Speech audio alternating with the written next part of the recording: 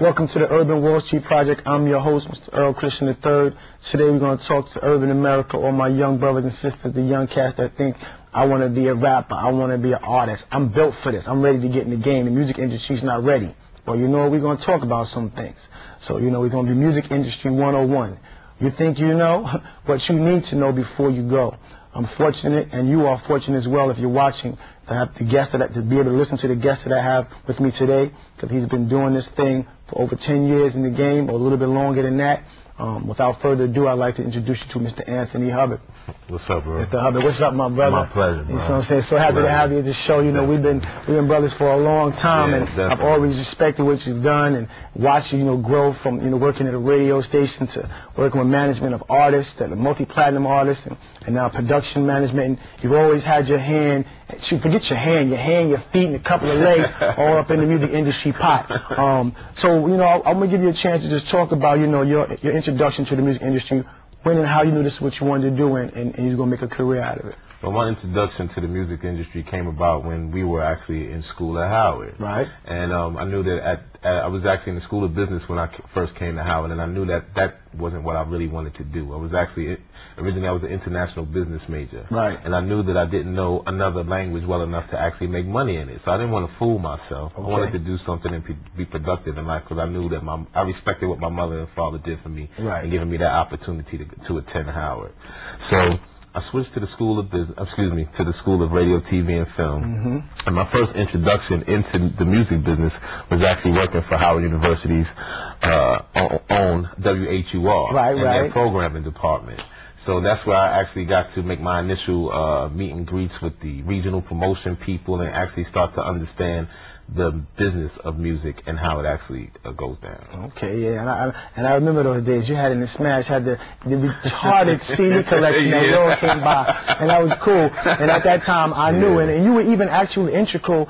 And I can say this because I was there in promoting, if you will, or strongly urging a member of Shy to get into singing, because my brother Garth used to always be singing, and you gave him a song. I remember you gave him a record that he could rehearse to, and really told him, like, you have something, and take advantage of it, because he just kind of looked at this from a hobby. And I remember that you was really one of the individuals that let him know, like, I think you got something there, and go for it. And things worked out. Things worked out pretty well for the brother. But what I like, a lot of times I know you've done a lot. You've done artist management. You do production management. You've always been working with a record label, so you've seen a lot of stories. You kind of know what you need to do, what you don't need to do, what you should know before you come.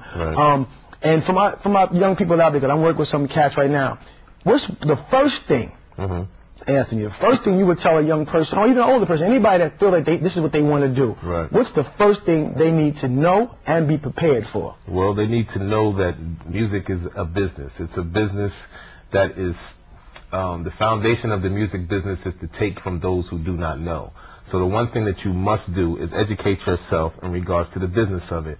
Yes, it's a creative entity, and a lot of people get into it because they like to create things, and that's their fuel of their fire in regards to getting into the music business. But you have to pay attention to the business of music. I've worked in the business and legal affairs department, and I currently work in the law department at Sony BMG, and it's really unfortunate when you see, like, older artists and people buying and selling and licensing their music because they didn't pay attention to what they were supposed to do back in the day. And they don't even own their own stuff, or what we usually call it as intellectual property. That's the whole basis of the music business. Is basically your thoughts, you know what I'm saying, and you basically taking the time to actually just make sure that you protect your rights to your intellectual property. Intellectual property is, basically writing a song, making a beat, putting that together, mixing and mastering it, and it's a record. Okay. And that's important, because, I know a lot of people, I tell a lot of cats, you got to have patience. A lot of folks are just hungry. Sometimes in our haste to get into the game, individuals I know might want to jump at the first deal. And I've learned that if the first deal comes along, It's kind of like a pitch in baseball. You let the first one go, no matter how good it sounds, because that's what the person's offering initially. Right. You can probably get a better opportunity, but you definitely want to, do your diligence. It's very important, and we talked about that. You have to be educated. Right. I was talking to some young cats. I said, listen, the show is 10 minutes. Business is 24 hours. Exactly. So when you step off that stage, your first question should be, is my money right? Is the next city right? Is the hotel? Is my accommodation? Is my booking? All of the things that make your show come together are the business aspect. If the behind the scenes is not right, then of course the front of the scenes is not going to be right. Now, like I said, I know you've seen a lot of things. Tell me one of the how should I say, the biggest mistake new artists, if you can, in your opinion, in your travels and your observations, one of the biggest mistakes, and maybe it might be a consistent one that unknowing artists kind of make. What you think is that one paralleling mistake that a lot of young artists or new artists seem to make coming into the game? I think a lot of new artists don't understand the intellectual property, basically platform. They don't understand that foundation. They don't understand the publishing game, which is basically what the music business is based upon. Mechanical and performance royalties. Mechanical royalties are basically when people go into the store and they purchase your album. You're contracted to get a percentage of that. Right. But the most important part is actually the performance royalty. Like when you actually are talented enough and God gives you the opportunity to make a video. Right. Yeah, that's nice, that's beautiful. It's a marketing tool, but also at the same token, those agencies as BET and MTV, they pay a licensing fee to BMI and ASCAP in regards to using that, because that's what they use in order to make money. Right. So also, just like for instance, when you're here in New York City, we're lucky in the fact that we have so many urban stations. Right. But those urban stations pay licensing fees to BMI and ASCAP as well. Those stations here in the city alone pay at least between $350,000 to $500,000, because that's the basis of which they actually sell advertisement time to make money. Right. So they can't. Of course, they get the music for free. Right. But they do have to pay a licensing fee in regards to the music that they actually use. Wow. And that's the most important part of it, to understand where your money's supposed to come from. Yeah, everybody understands that when you go on stage to perform a record, that you're supposed to get paid for it. But what do people understand in regards to the math of, okay, your record was spun 3,500 times a week for a period of 16 weeks, just in America. Right. You just think, you think domestically, okay, that's beautiful, but think globally. Right. You know what I'm saying, in regards to performance and mechanical royalties.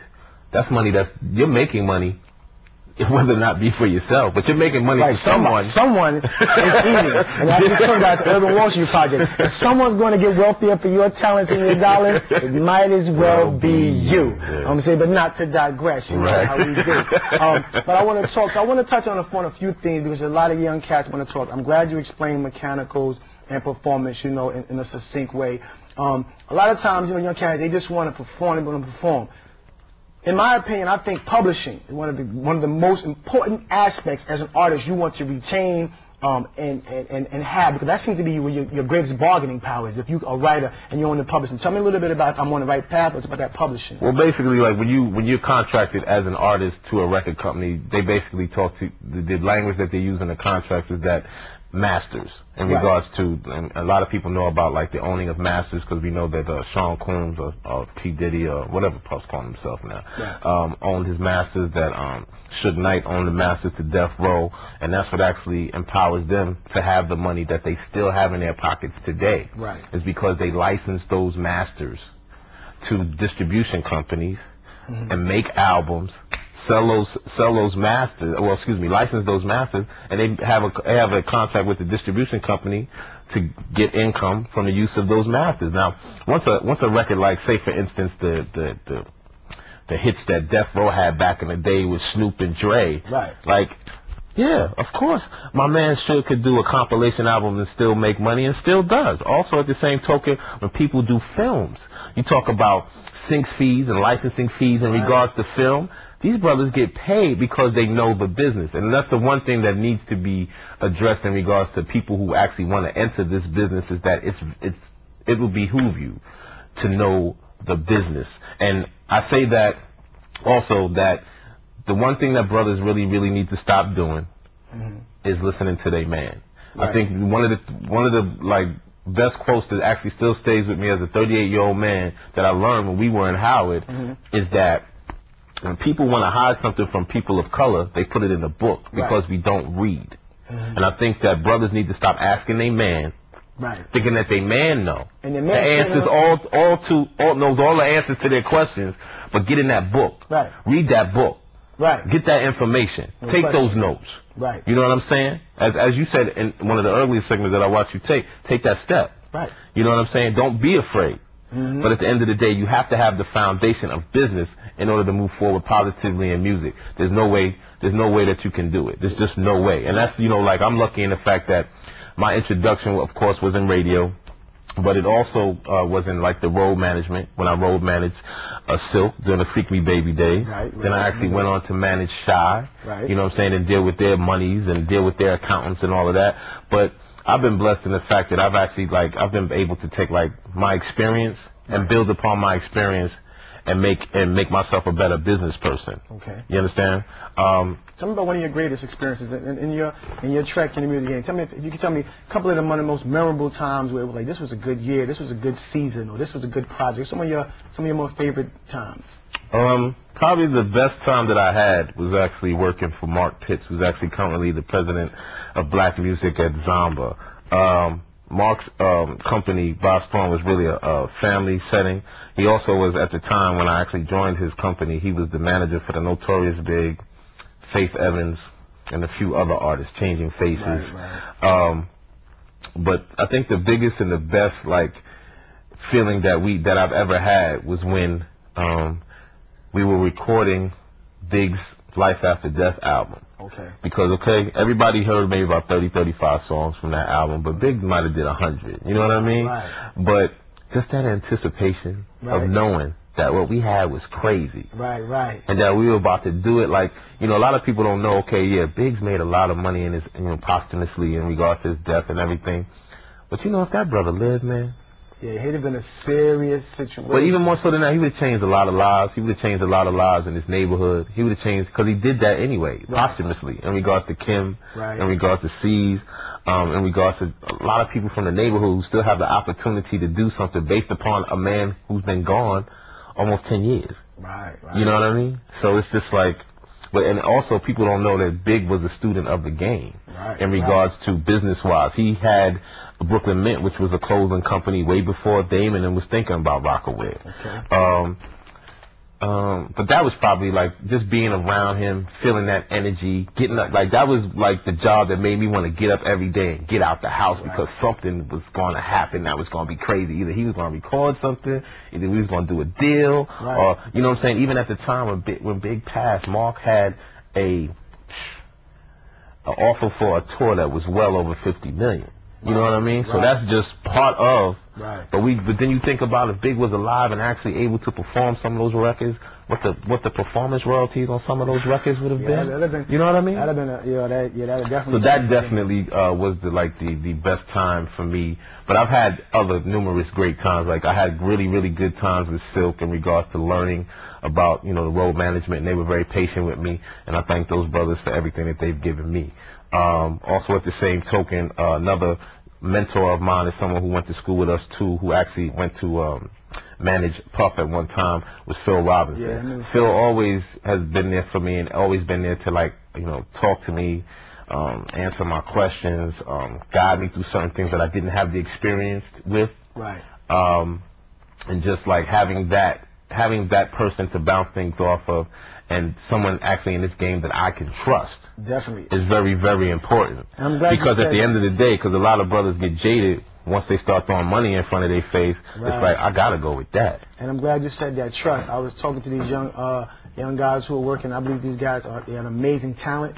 And I'm pretty sure they're going to go really far, but I'm talking, you got to trust each other, you got to stay down with each other, and you can't jump at the first deal, and know that, you know, if one person's more talented or just a little nicer, there are going to be people, partners that are going to come, that's going to try to separate, like, yo, you nice, you don't really need them, but you're going to have that loyalty and that degree of trust. That's really important. Well, even more so than that, just from the experience that both you and I know about those brothers who went to school with us, that was their downfall. they didn't really like each other. Right. They didn't really care about each other. And then and when the money stops, that's when it really comes to the forefront. And that's really one thing that people really need to keep in mind as well. And that's important, the money side, because a lot of folks, say they want to get into the game and they want to get into it and they think the money is going to be good. He's platinum. And I talk to cats because we know it again. We know a platinum artist will not make you paid. I remember Q-Tip said, listen, one of the biggest albums, The Low End Theory, we had sold 1.5 million records. We were on tour, and my royalty check was $15,000. I was still sleeping on my mother's couch. Let them know, Anthony. Let them know, how many records, just so the people know, mixtapes or my man, how many records, if you're not necessarily the writer or the producer, do you want to sell just so you can feel like, wow, I've done something? I'm an artist. I don't write a thing. Well, if you want to put yourself in a position where you'll change your life, like you'll go from an apartment to being able to pay a nice size mortgage comfortably, and being able to do it based upon a check that a music company cuts for you, I would say, and you're not the writer and you're not the producer and you're just the artist, I would say somewhere in excess of 2.5 million copies before you actually, you're really, really somewhere that you never fathomed. Right. Actually, you can see that really the glamour position in regards to the music business now has actually gone away from being the artist. Definitely. And has actually become the producer. Sure. Because at the end of the day, you get the upfront fee. Right. You get the residual income in regards to twice a year from ASCAP and BMI in regards to they pay you every 6 months based upon those performance and mechanical royalties. Right. And the more you sell, the bigger that check is.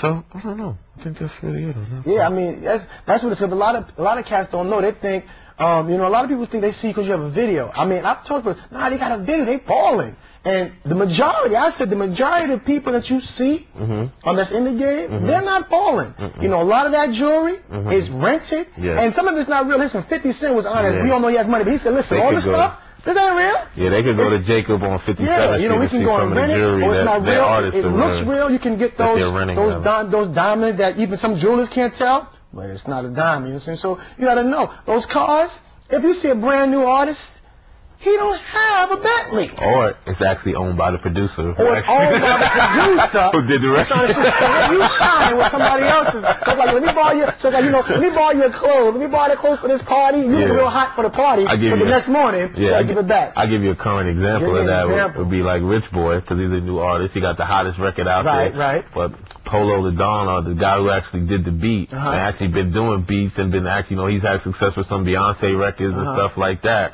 He got the money. Right. So it's not Rich Boy, or he may be rich. Right. But he not rich enough for the cars and all that. Like, he's not rich enough to just do this one song and stop. I'm good. It's not even close. Not even the kid Mims, who has another hot record out there. Right. You know what I'm saying? It's just impossible. What do you think, Ann? What do you think? Because some cats think I'm the nicest, and some cats lyrically can spit. They got game, but sometimes you get in the booth, it might not have the same flow. It might not have the same. It doesn't come across the same. But everybody doesn't have a recordable voice. Right. What do you think, from your opinion, from listening to hit records? Because you've heard hit records and you picked some. What do you think makes a hit record? I think a good song. A good song is like basically good songwriting can take you a long way. And that's going back to like what you were saying in regards to like somebody that you hear, you think they nice, and then they get in the booth and it's a total different sound, a total different experience. It's because they have to understand like the science of audio and basically what it is that needs to be done in the studio to make a record is way different. It's a total different aesthetic from spitting at somebody in the street. Right. You have to keep your tone. You have to keep it level. It has your hook, it's just so many things to think about that they've never thought about prior to. The actual art of art of actually making a record. And that's why you see like some brothers are just so gifted at it. Like Jay-Z, to me is extremely gifted. And so is Big, because the one thing that they parallel is that they don't write rhymes. They keep them in their head. And the reason why they don't is because they don't ever want to be perceived or anybody to hear them as reading. Right. They always want to spit their rhyme like it's from here. And from here and from here. Because this is basically where we speak from. Right. That's right. So why not rap from it? I don't write down what I speak before I speak it. Right. Exactly. So I mean, that's a lesson, you know what I'm saying? But a lot of people don't know that because they weren't blessed enough to be in the studio with those brothers. Right. Do you think it's easier for cats to get into the game who are able to freestyle on the drop of a dime in front of a producer, as opposed to somebody who might have to have a book of rhymes? Nah, because producers understand the art of making a record. Okay. Because you have people who are better at making records than performing live. Right. You know what I mean? It's just like, for instance, when we were younger, everybody that we hung out with back in the day loved KRS-One. Right. Everybody, when KRS was going to do a live show, we was there, everybody wilding out, having a good time and all of that. But you can't name, and you a brother from the Bronx, money yourself, you can't name a hot video that KRS did. That wasn't his thing. Yeah, his thing was not to get in front of this camera and lip sync his record. But if you gave him a mic and it was live, and you gave him an audience that he could feed back off of, that was his thing, the actual feedback. His thing wasn't just, dealing with, he can't deal with, like, things in his head. You know what I'm saying? Just dealing with, he needs that feedback, or that sense of, okay, I did that right, let me try this. Some people just don't get that. It's going back to being in the booth. Like, being in a booth for a lot of MCs is in closing. Being out on the street and be able to, is a total another dynamic. So you have to understand. But getting back to the answer to your question is that producers totally understand that there's a difference between somebody sounding good in the street and them actually being able to make a record. It's two totally different things. Now, this is something I want to talk about because it's important. A lot of times we get on, and everybody that's trying to get on has a man. My man's in them. We all got people. Everybody got peeps. You know what I'm saying? Some people have put a lot of people on and have gone bankrupt. Some people have put a lot of people on and they all eat and everything was good. But a lot of times, just because they're your friend or somebody you grow with, that does not mean that. And they need a job, they need to work, and they got your back and they've been there. That doesn't necessarily mean that they're going to be the best person to be your road manager or on your team. Because if you're new and your person, if you have somebody never managed, you're going to be my road manager, because you're going to catch, you're my road manager, you're going to get it popping on tour. If that person has never been a road manager before, and my observation, I know this, the record company might say, that's cool, but if that person has never road managed before and we're spending $2 million to break you, that's not who we're going to allow to be part of the team. And that's not to hurt that person's feelings, because it's a business, So talk to people who think that they just want to put all their friends on. How should they decide who they want to work with or who's going to be most beneficial for them? Well, in regards to me, that's actually how I got my opportunity, is that, Phil, when he actually got to the point to manage the group Silk, put me on as a road manager. But he also understood a couple things about me. One, that I was in school and I was extremely detail-oriented and that I was getting out in 4 years. So he knew that I was focused. Secondly, I was interning at that radio station. I was in the programming department. I was meeting people. So I understood what I was getting myself into, and I knew how to deal with certain situations that other people didn't. I think in regards to dealing with friends, you have to assess what their positives and their negatives are, and also at the same token, be able to have that relationship where that if things do go wrong, that you can communicate to that person, and then you can move forward and know that there will be a change. You know what I mean? In that performance, because we all have friends, and then sometimes when you talk to friends, they don't change. Because you are friends or because you are that cool. But at the end of the day, you have to have some type of personal accountability in this game in order to be successful. You have to want to be personally accountable. No one can make you. You have to want to be, and that's something that you can see from somebody across the street. Now, I know I asked you earlier, talk about some of the one of the first things a young up and coming artist should do and be well versed in. But if you had a new artist, an artist came to you, say, Mr. Hubbard, I know you've done this, and this is what I want to do. And and then they show you their talent, and you see that they have the talent, whether it be raw or already kind of nurtured. What would you say? You said, okay, you know what? I think I like what you sound. I think I like what you're doing. I think you have it. I think you have something. I'm not gonna say you have it because you don't want to, just hit him in the head too hard. I think you have something. These are the 3 things that I need you to do in the next 2 weeks. As a matter of fact, 2 weeks is too long. I want to see how hungry you are. In the next 7 days, I need you to have done these 3 things. What's the 3 things that you want that artist to come back to you with in 7 days? I want them to write. I think it's very important for artists to be able to write the actual music that they perform, and in regards to empowering themselves from a business standpoint. For example, like you can't have a rapper that doesn't write his songs, because from a business standpoint, no one, like from the record company, is going to really give. There's no incentive to like actually push that artist, right. Because because one of the things when you sign a recording contract is that you also sign a lot of times to the publishing entity of the recording company that right. you're going to be doing business with. So at the good. end of the day, if you're not writing, and publishing has nothing to license, so like the person who actually wrote the song might be at a total another different record company, right. And they're about to license the song that they're about to put all their money into. All right. So you want them Doesn't writing? Work. I definitely want them writing. 30 seconds. Writing. I need them to like basically practice what it is that they do. Like, you know, like if it's a singer, I need you to like sing and even get to the point next time I see you, maybe you got a new tone or another tone that you can get to. Or if it's a rapper, maybe you're doing songs like maybe you got another voice, or maybe you can like start to sing harmonies like Big did. You know what I'm saying? But you have to bring something different to the table. One of the problems with today's artists is that they bring to the table what they already see is successful as opposed to something different. Right. Third thing? Wow, I mean, there's a lot right there. I can say the third thing would be this. Come with the book. All you need to know about the music business. Come with something to let this man know or this A&R know that, you know, I'm not just trying to be an artist. I want to be a businessman in this. Jay-Z, P. Diddy, Master P, whoever else you want to name, the Suge Knight, Dr. Dre, 50 Cent, they are businessmen in addition to being artists. And I think they were businessmen first. Maybe they were artists and that's how they came out. They were businessmen first. I want to thank my guest, Mr. Anthony Hubbard, for being a part of the show. I hope that you young cats out there that want to get into the game and think you know, hopefully you've learned now that maybe I didn't know what I thought I know. Pay attention. Do your diligence. Don't just be so thirsty to get a deal and snatch that first one. Read. My brothers, read. You've been watching the Urban Wall Street Project. I'm your host, of course, Earl Christian III. Keep your head up. Be prosperous. Till next time, peace. My husband, you know.